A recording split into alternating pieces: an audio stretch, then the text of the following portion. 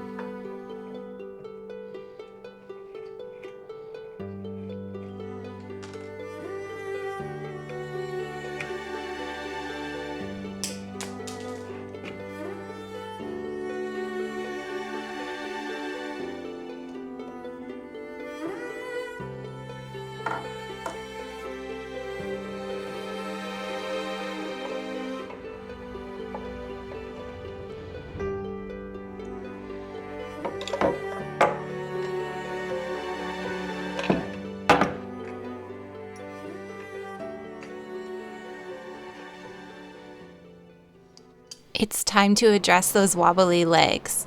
It's easiest to get this piece on its back. That way I can really take a look at those front legs, move them around if I need to.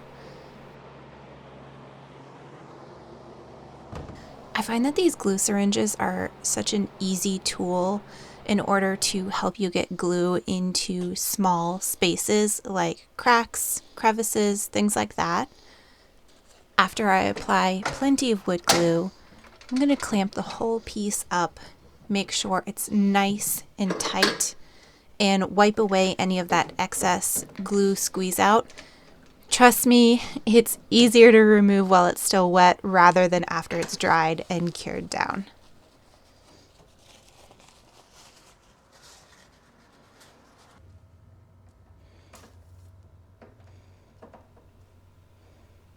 Because this is a structural glue up, I do want to give it lots of time to cure.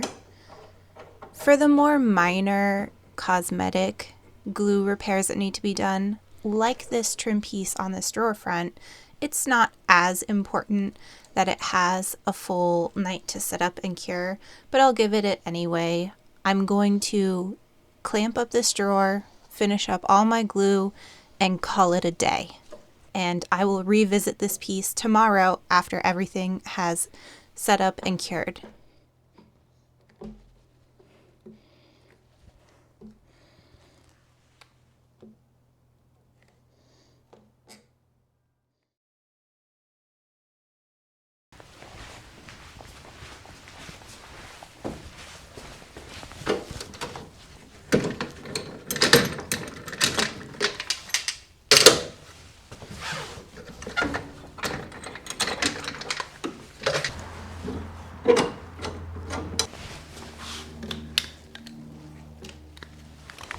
It's a new fresh day and it's time to get back at it.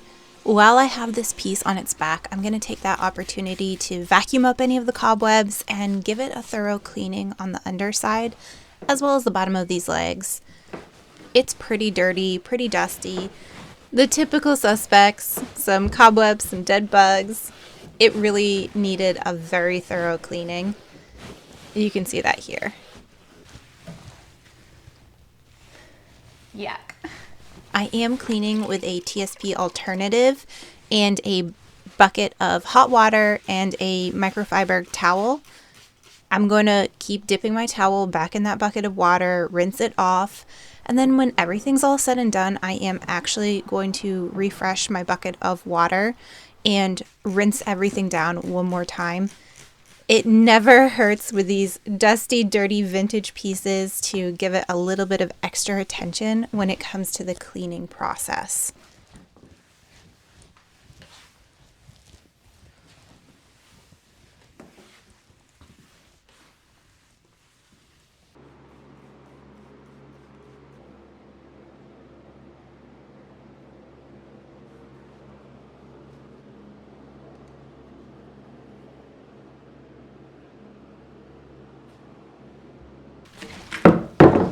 My general game plan when it came to tackling how I was going to bring this piece back down to raw wood really was determined by what different areas of this piece are made up of more delicate materials. I do know from taking a look at the construction that the top and the drawer fronts are a thinner wood veneer over a solid wood core. This is very, very typical, and what with the veneer being so thin, it's the more delicate area of the piece itself. Because this is more delicate, I am opting to use a chemical stripper to get the majority of that finish off. I'm going to apply it in a very thick coat, let it sit for about 10 minutes, and then go back through, scrape it off with a metal scraper.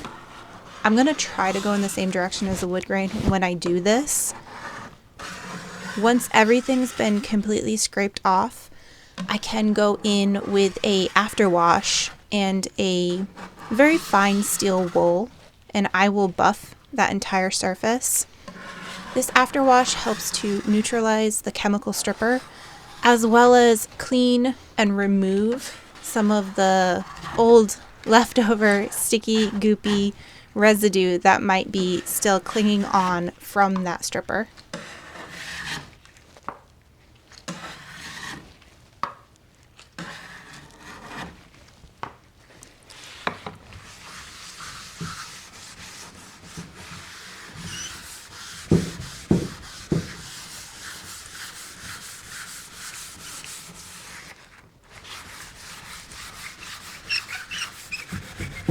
The actual legs themselves and a lot of the trim pieces are actually solid wood.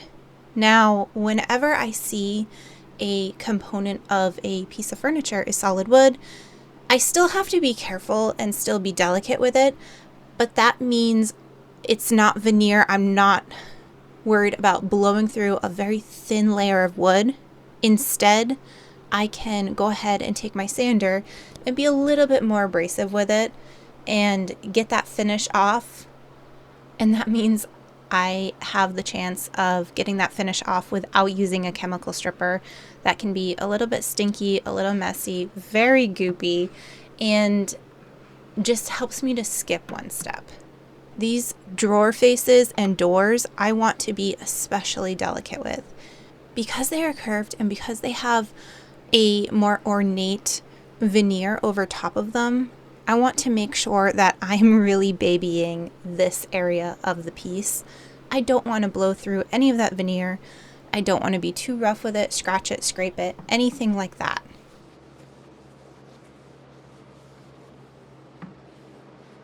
Whenever I do opt to sand finish off from a piece, even if it is on a solid wood component like these legs right here, I tend to start with a higher grit sandpaper and see how the finish reacts to it. I started out with a 120 and was still having some trouble getting it off, so I did opt to go down to an 80 grit sandpaper. Now, if you do go with an 80 grit, you do have to be much more careful, much more deliberate with your movements and where you're sanding, the pressure that you put, making sure everything is applied evenly.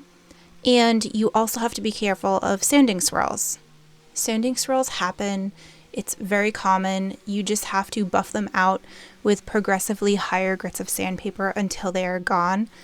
Again, this can be an issue when you're dealing with veneer, but when you're dealing with solid wood, it's more forgiving. After I went through with my 80 grit, I did go ahead and up it to 120 and then 220 to finish it off.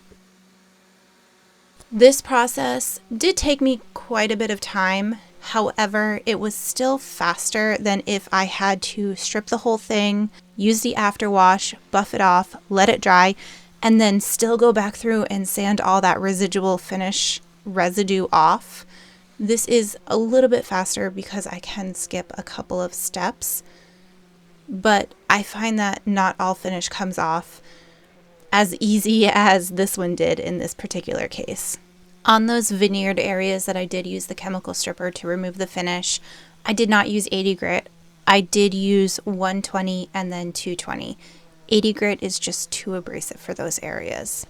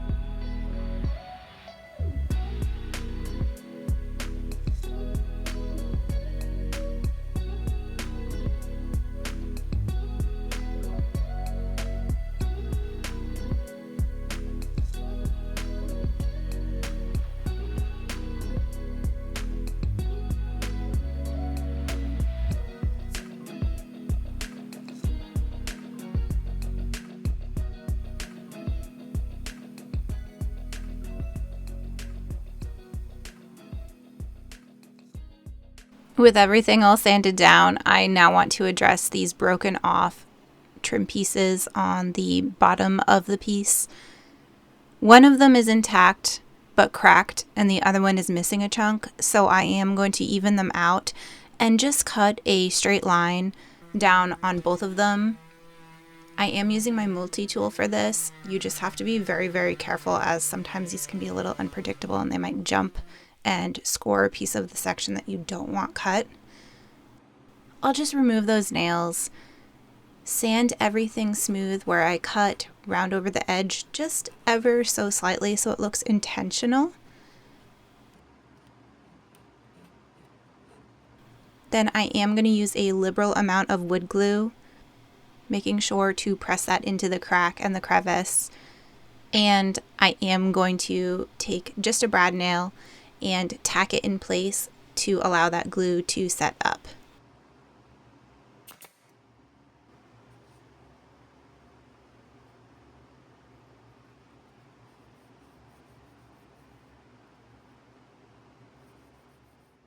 With everything all sanded down, I just had to take a moment to really appreciate how beautiful this raw wood grain is on this mahogany piece. It's really stunning, and it was so hard to see through that dark dated finish. It really hid a lot of, in my opinion, are the nicest elements of this wood grain. So to really help to let those elements still shine through, I am going to do a paint wash. I have just a tan paint wash, and I am going to add a little bit of green to cut down those red tones that are found naturally present in this species of wood. You can really see those red tones come through when I'm spraying it with water right here. I want to apply this paint wash very evenly, but working pretty quickly. And I'm going to do section by section. So I did this side section, applied the paint wash, wiped it all back, and then moved on to the next section. I find this to be the easiest way. I like to keep my paint wash nice and wet and moist while I am working with it. That way it does not dry down on me. There are some people that don't wipe back their paint washes, and that is definitely one technique that you can do, and I might try it out on a future piece. But I wanted to stick with the tried and true method that I know for this particular sideboard, and that means applying it and wiping it back right away. If you don't wipe it back fast enough, it can start to dry on you, and that's when you start to get streaks or areas of unevenness. But as long as you work relatively quickly and in smaller sections, I don't find that there's much issue at all with this process.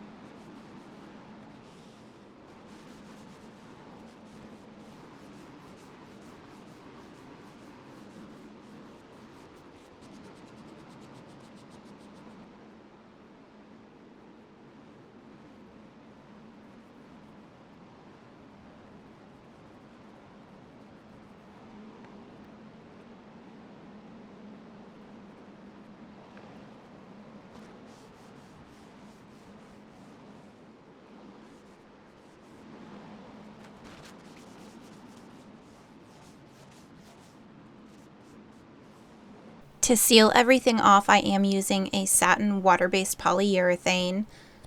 I find that these water-based products really help to not amber over time whenever you're doing a lighter paint wash. It has less of a tendency to warm up and change color over time, which is something that I'm looking to achieve. I want this piece to remain looking how I refinished it for as long as somebody wants to have it in this finish. And if they want to change up the look, it can be refinished again in the future. But I want to do my best to try to put out a product that is going to remain consistent as long as possible.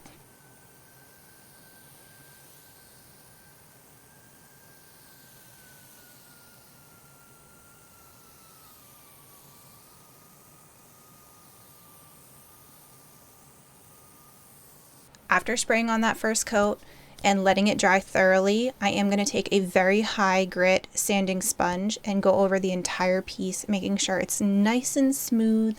There's no dust bunnies or raised grain that might have come up from applying the top coat. I did a total of 3 layers of top coat on this piece, really focusing on the top because typically that is the area that needs the most protection. I was really going back and forth as to what to do with the inside of these cabinets, and I opted to paint the interiors. This is going to add to the dramatic factor when you open this up and it's an elegant black paint. I don't always do this with every piece, but for this particular piece, it seemed like it was a good candidate for it. I was very careful while spraying inside to make sure not to get any overspray on the exterior. And as long as I worked slowly, I was able to achieve that.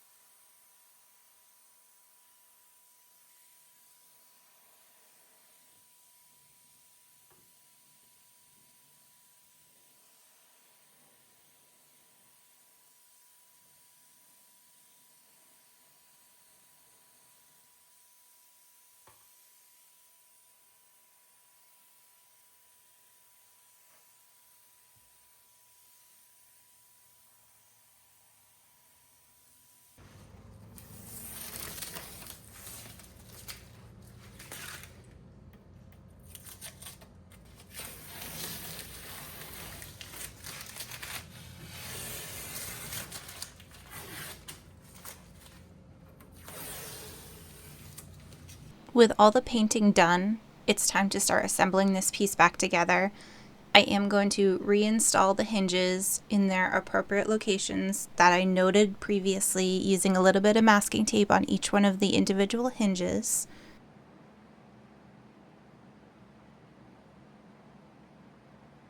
Sometimes I opt to switch out the screws, especially if they're flathead, but these ones were in pretty good shape, all things considered. They weren't bent, they weren't stripped, they were decent screws, and there was no need to replace them. But if you do need to replace things like flathead vintage screws, it's a pretty easy swap out for something that's a little bit more reliable. Now, I really wanted to address this drawer bottom. It had some really disgusting stained velvet on the bottom, and it was a pretty easy thing to remove. It was just being held in by these 2 little nails on the bottom side. After removing those, it slid right out, and I could work on removing this old lining.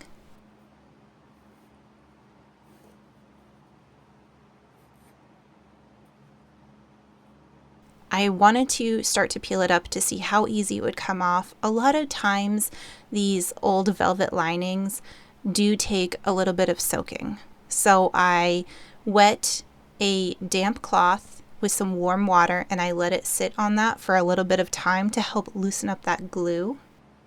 After about 10-15 minutes, it did loosen up enough for me to be able to peel that top layer off. There was still quite a bit of glue left over underneath, which is pretty typical. All that I had to do was remove the rest of the fabric, re-wet my towel, and let it soak for a little bit longer before taking a scraper to it and removing the rest of that residue.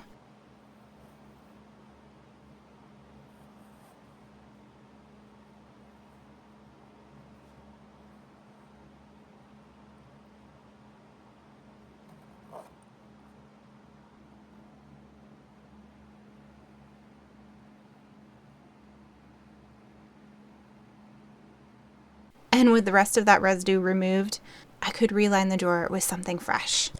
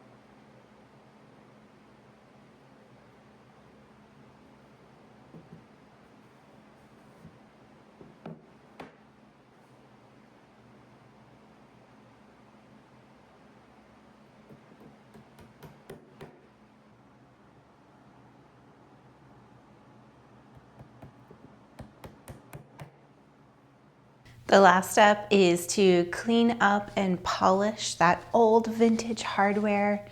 I'm gonna add it to a pot of water with 50% cleaning vinegar and 50% water.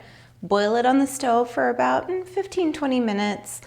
Just a tip, with these delicate vintage brass poles, make sure your water level stays high enough. If it gets too low, you will ruin the hardware. Once it's had a chance to boil and really loosen up that old grime, I take it to the sink and I buff it out with some very fine steel wool and Barkeeper's Friend. This really brings that brass back to life and cleans everything. It makes sure it stays in shiny for the piece. Once that's all done, I'll take it back out to the shop and spray a light coat of lacquer to all sides of the hardware. This helps with durability and preventing the brass hardware from tarnishing right away.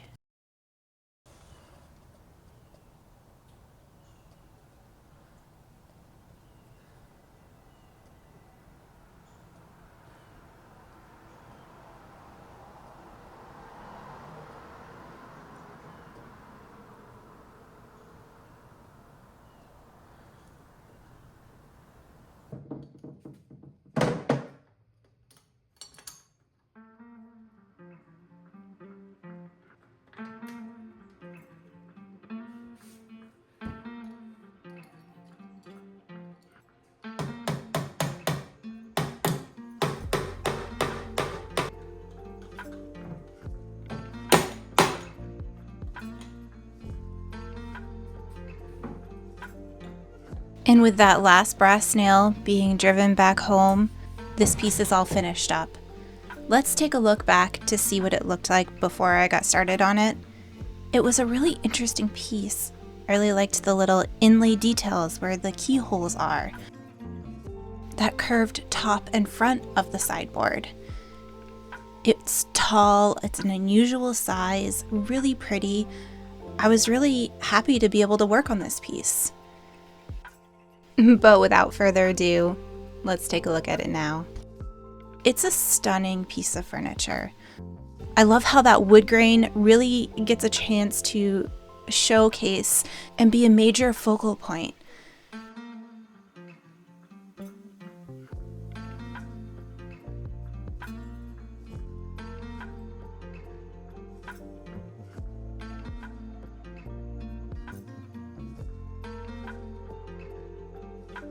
That top turned out absolutely stunning. It's really flawless.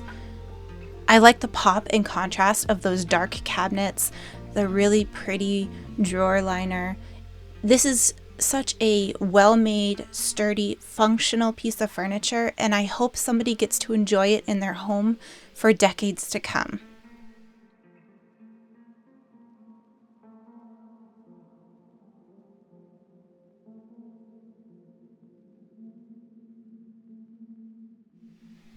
If you liked this video, please feel free to hit the like button and subscribe. Thank you so much.